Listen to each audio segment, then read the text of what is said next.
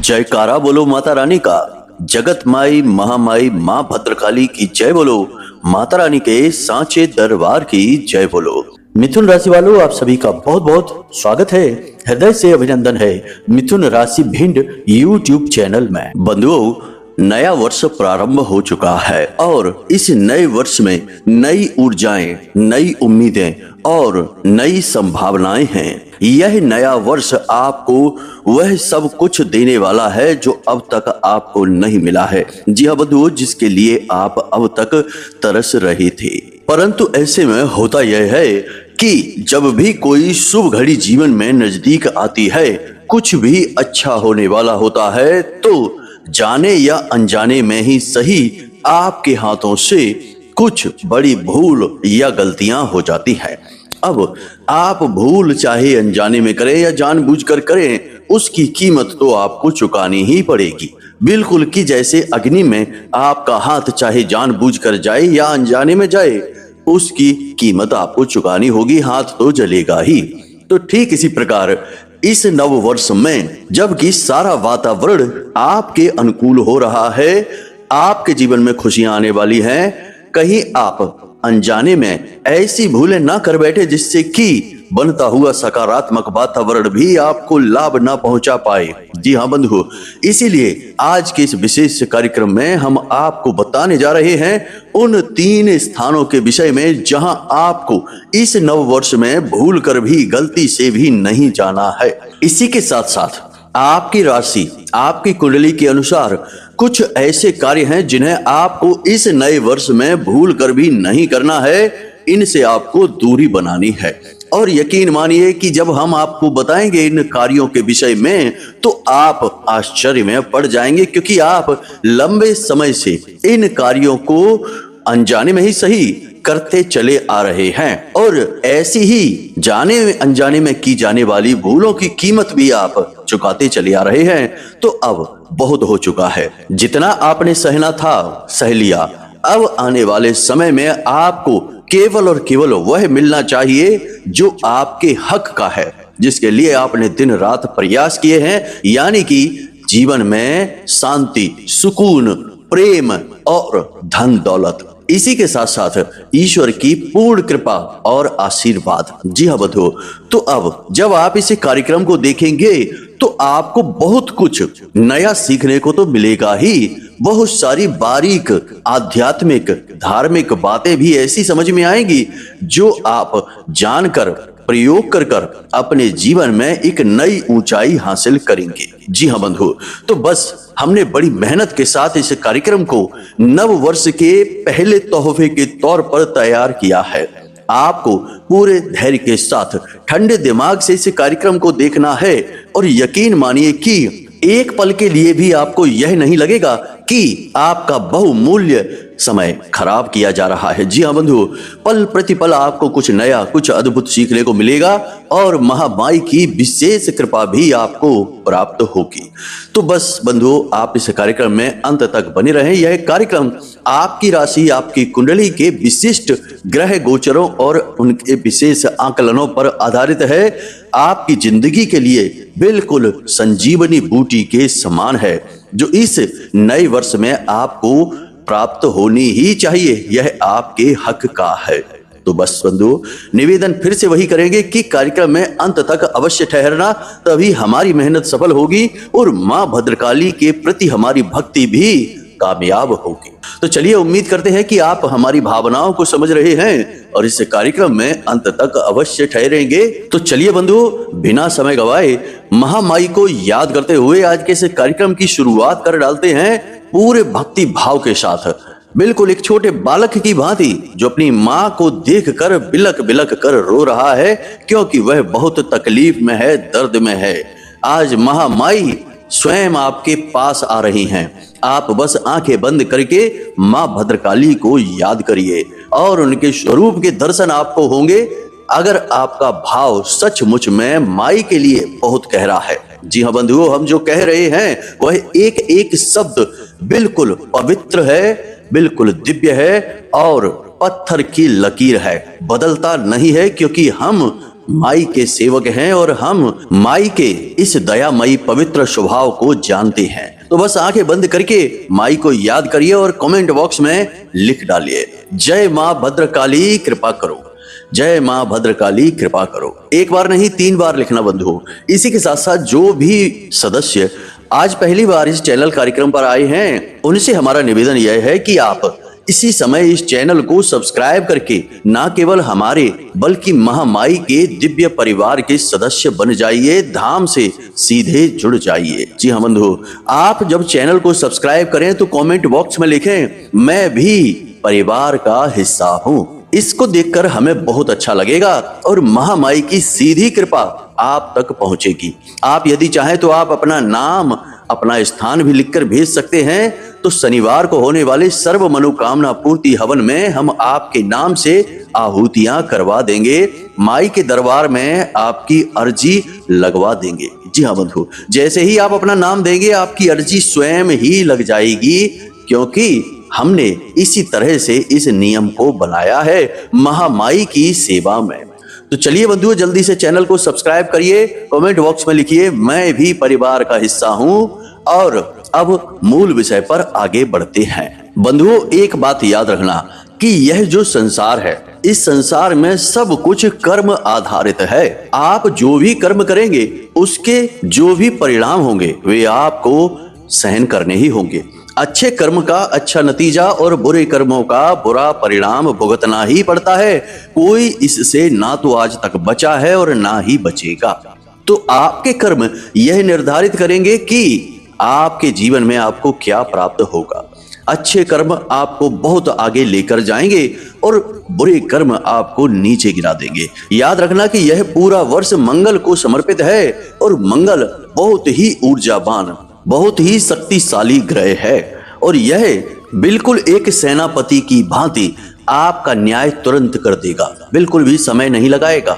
तो अब ऐसे में आपको यह जानना बहुत आवश्यक है कि कौन से ऐसे कार्य हैं जिन्हें आपको इस नए वर्ष में नहीं करना है, क्योंकि जो कार्य करने हैं उनके विषय में तो हम आपको पहले भी बता चुके हैं, आगे भी बताते रहेंगे।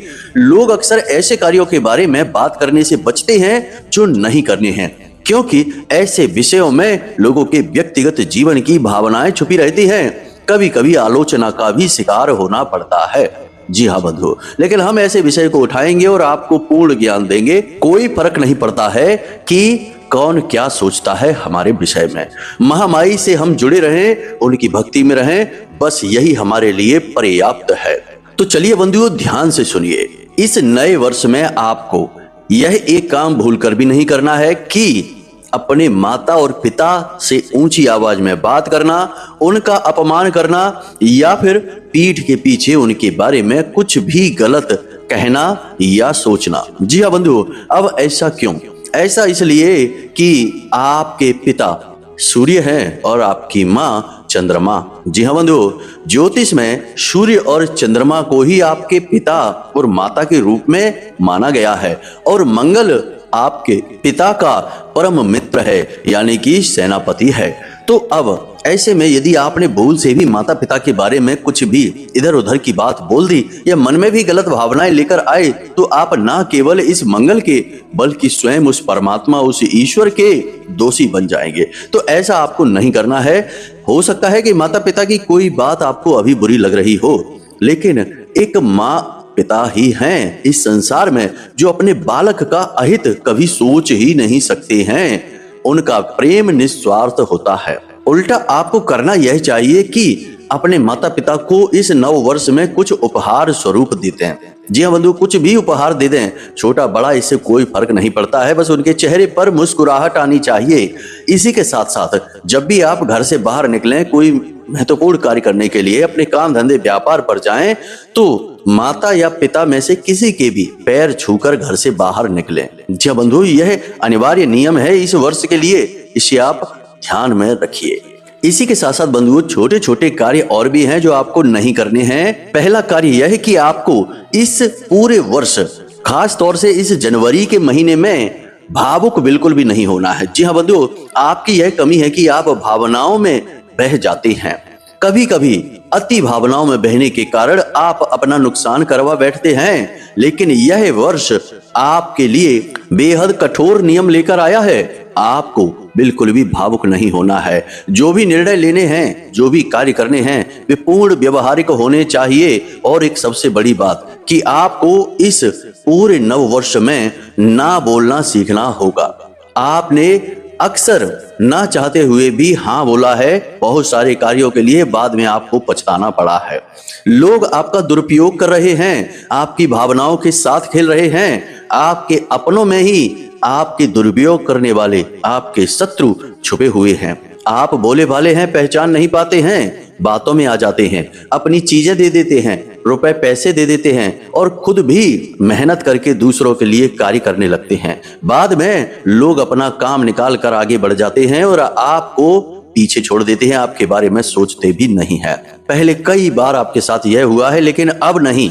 अब आपको ना कहना सीखना होगा। यह आपके लिए सबसे अनिवार्य नियम है। इसी के साथ साथ बंधुओं, आपको दो बातें और हैं जिन्हें इस नववर्ष में भूल कर भी नहीं करनी। पहले कि झूठ नहीं बोलना है। आपकी आदत है कि आप कभी कभी मजाक में ही या यूं ही हल्की फुल्की भावनाओं के तौर पर झूठ बोल देते हैं। इसमें आपको आनंद आता है। अक्सर नहीं, लेकिन कभी कभी ऐसा होता है। तो आपको हम कह दें कि झूठ चाहे मजाक में कहा जाए, चाहे यूं ही बिना सोचे समझे कह दिया जाए, परंतु झूठ तो झूठ ही होता है। एक नकारात्मक भाव है तो अपने साथ कई नकारात्मकताओं को लेकर भी आता है। इसीलिए आपने देखा होगा कि प्राचीन काल में जो महान लोग राजा महाराजा होते थे या फिर ऋषि मुनि संत होते थे, वे कभी मजाक में भी झूठ नहीं कहते थे। जी हाँ बंधुओं, क्योंकि झूठ असल में एक नकारात्मक भाव है और अपने साथ कई नकारात्मक ऊर्जाओं को लेकर चलता है। आजकल लोगों ने इसे फैशन बना दिया है। दिन भर हंसी मजाक के तौर पर ही सही, ये यूं ही बिना मतलब में झूठ बोलते रहते हैं। तो आप देख सकते हैं कि आजकल के वातावरण में कितनी नकारात्मकताएं हैं। कितनी ही अच्छी जगह पर भी आप चले जाओ, वहां पर भी कहीं ना कहीं किसी न किसी प्रकार की नकारात्मकताएं आपको दिख ही जाएंगी। लोग उल्टे सीधे कार्य करते आपको दिख ही जाएंगे। मंदिरों में भी आजकल लोगों का ध्यान भगवान की पूजा पाठ पर नहीं है, मोबाइल से सेल्फी लेने में है। अच्छी से अच्छी फोटो आ जाए, भगवान के अच्छे दर्शन हुए कि नहीं हुए, इससे ज्यादा फर्क नहीं पड़ता है। तो यह भी तो नकारात्मक भाव ही है। तो आपको भूल कर भी झूठ नहीं बोलना है। अब बहुत से लोग कहेंगे कि गुरुजी, बिना झूठ बोले तो काम ही नहीं चलता, क्योंकि यह दुनिया संसार है, यहाँ पर हर तरीके के लोगों के साथ व्यवहार करना पड़ता है। तो हम आपको बता दें कि कोशिश आप करें कि जितना हो सके अधिक से अधिक झूठ से दूरी बनाएं। लेकिन जब आपका काम ही नहीं चल पा रहा है, मजबूरी है किसी को टालने के लिए या यूं ही किसी से पीछा छुड़ाने के लिए झूठ बोलना पड़ जाए, तो आप बोल सकते हैं। ऐसी स्थिति में झूठ बोलने का पाप दोष आपको नहीं लगेगा, क्योंकि शास्त्रों में लिखा है आपातकाले मर्यादाम नास्ति, यानी कोई आपातकाल यदि है आपके पास तो आप झूठ बोल सकते हैं स्वयं का बचाव करने के लिए। इस झूठ से किसी को कष्ट नहीं पहुंचना चाहिए, पीड़ाएं नहीं प्राप्त होनी चाहिए। उम्मीद है आप यहां तक सारी बातें समझ चुके हैं। अब एक छोटी सी बात और कि आपको किसी भी प्रकार का व्यसन इस वर्ष में नहीं करना है। अब व्यसन कई प्रकार के होते हैं। कुछ तो ऐसे हैं कि लोगों को पता ही नहीं कि वे व्यसन हैं। जैसे कि लोग जुआ, शराब, वेश्यावृत्ति जैसे कार्यों को व्यसन मानते हैं, परंतु कोई अगर धूम्रपान कर रहा है या फिर तंबाकू वगैरह खा रहा है तो उसे व्यसन ही नहीं मानता। उन्हें लगता है कि यह तो बहुत ही साधारण सी चीजें हैं। यहाँ तक कि अधिक मात्रा में चाय पी रहा है। जैसे दिन में बहुत सारे लोग हैं जो 8-8, 10-10 कप चाय पी जाते हैं, तो यह भी नशा है, व्यसन है। व्यसन यानी कि नशा, तो यह भी तो नशा है। तो आपको इस नववर्ष में अपने नशे को, अपने व्यसन को पहचानना है कि आप कौन सा व्यसन करते हैं। याद रखना कि व्यसन आपके मन मस्तिष्क पर एक धूल जमा देता है, आपकी बुद्धि का नाश कर देता है। इसलिए आपको इससे दूरी बनानी है। शास्त्रों में भी व्यसन बहुत ही नकारात्मक माने गए हैं। शास्त्रों में तो दिन में सोने को भी व्यसन कहा गया है। तो आप कोशिश करें कि दिन में आपको सोना नहीं है, बिस्तर पर नहीं लेटना है। अब यदि कोई विशेष परिस्थिति आ जाए जब तब वाली, तब तो कोई बात नहीं कि रात में यदि जागे हैं कोई विशेष कार्य की वजह से पूरी रात न सो पाए तो दिन में सो लो, फिर कोई बात नहीं है। वही स्थिति आ जाएगी कि आपातकाले मर्यादाम नास्ति, तो वह तो आपातकाल की स्थिति हुई, वरना आप बीमार हो सकते हैं, तो ऐसे में तो लेटें। लेकिन सामान्य स्थिति में यूं ही आराम करने के लिए अपना काम छोड़कर यदि लेटे हैं, बहुत ही गलत। मंगल आपको बिल्कुल माफ नहीं करेंगे, हनुमान जी आपको बिल्कुल माफ नहीं करेंगे। कभी आपने हनुमान जी को देखा है कि अपना काम छोड़कर लेटे रहें? ऐसा तो नहीं होता। प्रभु श्री राम की सेवा में तत्पर बैठे रहते हैं, खड़े रहते हैं, उनकी सेवा करते रहते हैं, लेटते नहीं, क्योंकि कर्म प्रधान कर रखा है उन्होंने और उसी के सहारे उन्होंने प्रभु को पा लिया। तो आपको भी यही करना है, व्यसन से दूरी बनानी है। जी हाँ बंधुओं, बहुत सारे ऐसे लोग होते हैं जो सच का सामना नहीं कर पाते हैं, तो वे मानेंगे ही नहीं कि वे किसी प्रकार का व्यसन करते हैं।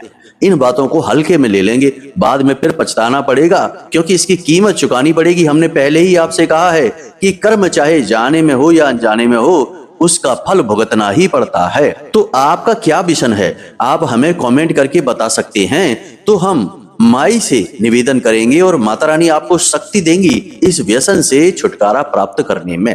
याद रखना कि जहां मानव की शक्तियां कमजोर पड़ जाती हैं, वहां दिव्य शक्तियां मानव का साथ देने के लिए अपना हाथ आगे बढ़ाती हैं। लेकिन इसके लिए आपको खुद को समर्पित तो करना ही पड़ेगा।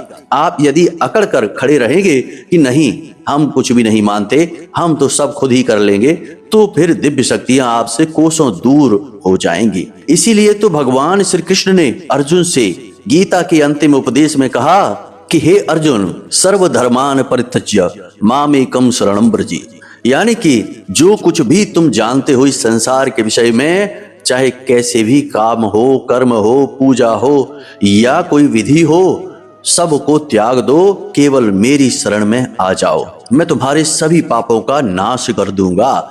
यानी कि भगवान खुद चाहते हैं कि मानव भगवान के सामने समर्पित हो जाए, तब भगवान उसकी मदद के लिए हाथ बढ़ाते हैं। तो आपको झुकना तो पड़ेगा ही प्रभु के सामने। यदि नहीं झुक सकते तो कोई बात नहीं है, समय आपको झुका देगा।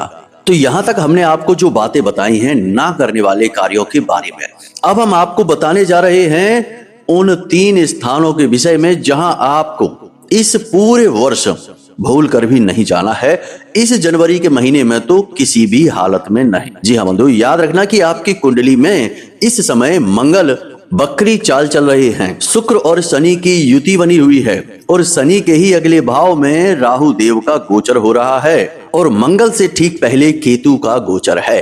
अब यह स्थिति असल में जहां एक तरफ लाभ देने वाली होती है, वही दूसरी तरफ आपके कर्मों का पूरा हिसाब किताब करने वाली भी होती है। कि एक तरफ तो शुक्र और शनि साथ बैठे हैं। शुक्र कौन है? आपकी भोग विलास ऐश्वर्य सुख सुविधाओं के कारक। और शनि कौन है? न्याय प्रिय हैं, वैरागी हैं, संत हैं। तो वे आपके कर्मों को देख रहे हैं कि कहीं ऐसा तो नहीं कि भोग विलास के चक्कर में आप शराब पीने लग गए, आप गलत कार्यों को करने लग गए, मजे मजे के चक्कर में आपने कुछ ऐसे गलत कार्य कर डाले जिनसे शनिदेव नाराज हो जाएंगे, तो आपको दंड मिल जाएगा। यहाँ मंगल बकरी चल रहे हैं तो वे आपके कर्म को अच्छी तरह से देख रहे हैं कि कहीं आप लापरवाही तो नहीं कर रहे हैं, व्यसन में तो नहीं डूबे हैं, किसी का अपमान तो नहीं कर रहे हैं, उसका भी दंड आपको मिल जाएगा। तो कहने का मतलब यह है कि यह जो जनवरी का महीना है, इस महीने में आपको विशेष सावधानियां रखनी है। वैसे तो हमने आपको बहुत सारे कार्य पहले बता ही रखे हैं, अब हम आपको बताते हैं इन 3 स्थानों के विषय में जहां आपको भूल कर भी इस पूरे जनवरी के महीने में नहीं जाना है। कोशिश करें कि पूरे वर्ष ही आप ना जाएं। तो ध्यान से सुनना है। 3 तो मुख्य हैं ही, इसके अलावा भी हम बहुत सारी जगहों के बारे में आपको बताएंगे। सबसे पहली जगह जहां प्रभु का अपमान होता है, आज के समय में लोगों ने यह फैशन बना लिया है बंधुओं कि अपने आप को बड़ा दिखाने के लिए, बुद्धिमान, ज्ञानवान, तर्कशील दिखाने के लिए धर्म के बारे में अनाप शनाप बातें बोलने लगते हैं, धर्म गुरुओं का अपमान करने लगते हैं, गंदी गंदी गालियां तक निकाल देते हैं। अब आप ध्यान से समझिए कि जिसके विषय में लोग गलत बात कर रहे हैं वह उनके सामने तो बैठा नहीं है, वह तो कहीं और है, और आप पीठ के पीछे उसके बारे में अभद्र भाषा का प्रयोग कर रहे हैं। उसको जरूरत से ज्यादा अपमानित कर रहे हैं, तो यह हमारे हिंदू धर्म सनातनी परंपरा का सीधे सीधे अपमान है। हमारी सनातनी परंपरा ऐसा बिल्कुल भी नहीं मानती है, न कहती है ऐसा करने वाला महापापी होता है। पहली चीज तो यह है। दूसरा कि आप धर्म से जुड़े किसी व्यक्ति का अपमान कर रहे हैं। आप कोई न्यायकर्ता नहीं हैं। भगवान ने आपको न्याय करने के लिए नहीं भेजा है। यदि आपको किसी व्यक्ति की कार्य करने की शैली पसंद नहीं तो आप उससे दूरी बना लीजिए, लेकिन उसके बारे में उल्टा सीधा बोलने का और उसे दोषी ठहराने का अधिकार आपके पास नहीं है। जी हाँ बंधु, हो सकता है कुछ लोगों को यह बात समझ में ही ना आए, क्योंकि उनका व्यवहार इतना ढल चुका है इस तरह के वातावरण में कि उन्हें हमारी बातें भी अच्छी नहीं लगती होगी। लेकिन सच चाहे कड़वा ही हो, लेकिन सच तो सच ही रहेगा, वह नहीं बदलेगा। तो ऐसे लोग ना केवल खुद का बल्कि दूसरों का भी नुकसान करवा देते हैं। तो आपको ऐसे जगह पर नहीं रुकना है, ना ही ऐसे लोगों से बात करनी है जो धर्म विरोधी हैं, ईश्वर का अपमान करते हैं, प्रभु के अलग अलग रूपों का अपमान करते हैं। कभी भगवान श्री राम, कभी भगवान श्री कृष्ण और कभी कभी भोले बाबा के विषय में उल्टी सीधी बातें बोलने लगते हैं कि भोले बाबा तो नशा करते हैं, भांग पीते हैं। भोले बाबा जो करते हैं उसके विषय में तो आपको ज्ञान ही नहीं है और कभी समझ ही नहीं सकते, क्योंकि इस तरीके के उल्टे सीधे विवेक के साथ आप महादेव को नहीं समझ सकते। जी हाँ बंधु, तो इन सब बातों और वातावरण से आपको दूरी बनानी है बंधुओं, वरना यह वातावरण आपको बहुत नुकसान पहुंचाएगा। आप धार्मिक प्रवृत्ति के इंसान हैं, बहुत ही भावुक हैं और हर बात को दिल से लगा लेने वाले व्यक्ति हैं, तो आपको इस तरीके के वातावरण से कोसों दूर रहना है। दूसरी जगह जहां लोग शराब पी रहे हैं, मांसाहार कर रहे हैं, जुआ वगैरह खेल रहे हैं, यानी कोई भी गलत कार्य हो रहा है। जब कलयुग प्रारंभ हुआ, महाराज परीक्षित से उसने आज्ञा मांगी, तो महाराज परीक्षित ने उसे 3-4 जगह, मूल तौर पर श्रीमद् भागवतम में कहा गया है कि 4 जगहें बताई, जिनमें से जहां लोग एक दूसरे की अनाप शनाप चुगलियां बुराइयां कर रहे हैं, जहां वेश्यावृत्ति हो रही है, जहां जुआ खेला जा रहा है, जहां शराब पी जा रही है, यानी कि जहां गलत कार्य हो रहे हैं, वहां पर कलयुग का वास होगा। अंत में पंचम स्थान स्वर्ण में जो गलत तरीके से कमाया गया हो, ऐसे स्वर्ण में बताया गया। तो आपको ऐसे स्थान पर नहीं जाना है जहां पर कलयुग का वास हो, क्योंकि कलयुग कौन है? कलयुग है नकारात्मकता का देवता, भूत प्रेत पिशाचों का देवता, और आपको ऐसे स्थान पर नहीं जाना है, वरना आपका जीवन खराब हो जाएगा। जी हाँ बंधु, अब तीसरा स्थान, इसे ध्यान से समझिए, यह बहुत समझने योग्य है। यहाँ पर आप बहुत बड़ी गलती कर जाएंगे। तो कोई ऐसा व्यक्ति जो तंत्र मंत्र झाड़ फूंक आदि से जुड़ा हुआ है, ऐसे व्यक्ति से, और यदि कोई ऐसी क्रिया कहीं पर कोई व्यक्ति कर रहा है, तो उस स्थान से आपको दूरी बनानी है। इसका कारण क्या है? कारण ध्यान से समझिए। आपकी आत्मा बहुत पवित्र है, आप मन से बेहद साफ हैं, और आप जब साफ होते हैं, पवित्र होते हैं, तो आपके ऊपर जल्दी दाग लग जाता है। सबसे उजली चादर में सबसे जल्दी दाग दिखते हैं। आपके साथ भी यही होगा। मंगल अभी बकरी चल रहे हैं, और जब भी मंगल बकरी चलते हैं तो भूत प्रेत तंत्र मंत्र आदि क्रियाओं का प्रभाव जातक के ऊपर बहुत जल्दी हो जाता है। ऐसे में आपको करना यह है कि इस पूरे जनवरी के महीने में भूल कर भी, गलती से भी ऐसी जगह पर नहीं जाना है जहां किसी प्रकार की झाड़ फूंक तंत्र मंत्र आदि की क्रिया चल रही हो, या कोई ऐसा व्यक्ति रहता हो, बैठा हो, जो इन क्रियाओं में लिप्त रहता है। एक जातक का हमारे पास फोन आया, बोला गुरुजी हम बहुत परेशान हैं, बेचारा रो रहा था, और उसका दर्द यह था कि वह झाड़ फूंक करने वाले एक व्यक्ति की संगत में आ गया। झाड़ फूंक करने वाले व्यक्ति ने, तांत्रिक ने उससे बातों में बहलाकर एक ऐसी क्रिया करवा ली जिससे कि उसकी संपूर्ण सकारात्मकता तांत्रिक ने अपने पास रख ली और उसके साथ भूत प्रेतों को कर दिया। अब उस इंसान के सपने में भूत प्रेत दिखाई देते हैं, सारे बंदे काम बिगड़ गए।